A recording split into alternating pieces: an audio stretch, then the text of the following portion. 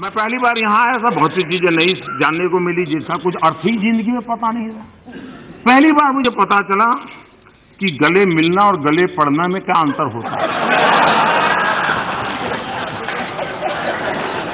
ये पहली बार पता चला मुझे। पहली बार मैं देख रहा हूं कि सदन में आंखों से गुस्ताखियां होती हैं।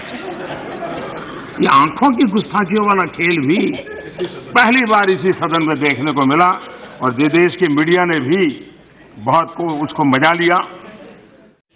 दुनिया में ह्यूमन राइट्स, ह्यूमन वैल्यूज जाने अनजाने में जैसे किसी दुनिया के इसी एक छोर का ही अधिकार रहा है, बाकी लोगों को तो कोई इससे लेना देना ही नहीं है। और हम तो जैसे मानव अधिकार विरोधी और इसी प्रकार की हमारी छवि बन गई, जबकि मानवता और वसुधैव कुटुंबकम की बात करने वाला यही देश, लेकिन न जाने कौन ऐसी छवि बन गई। लेकिन पिछले 5 साल में हम देखेंगे नेपाल में भूकंप आया हो, मालदीव में पानी का संकट हुआ हो, फिजी के अंदर साइक्लोन की मुसीबत आई हो, श्रीलंका के अंदर अचानक साइक्लोन की मुसीबत आई हो, बांग्लादेश के अंदर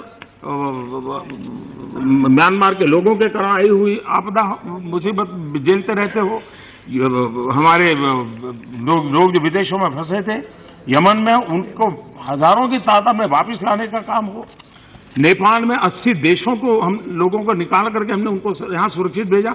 मानवता के काम में भारत ने एक बहुत बड़ी भूमिका अदा की।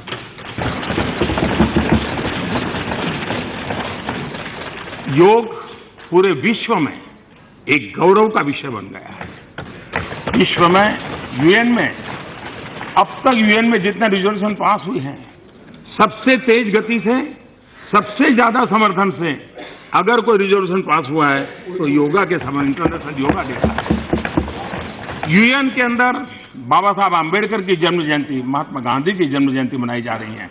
विश्व के सभी देशों में बाबा साहब आम्बेडकर के 125 वर्ष मनाए गए, महात्मा गांधी जी की जयंती मनाई गई और गांधी की 150।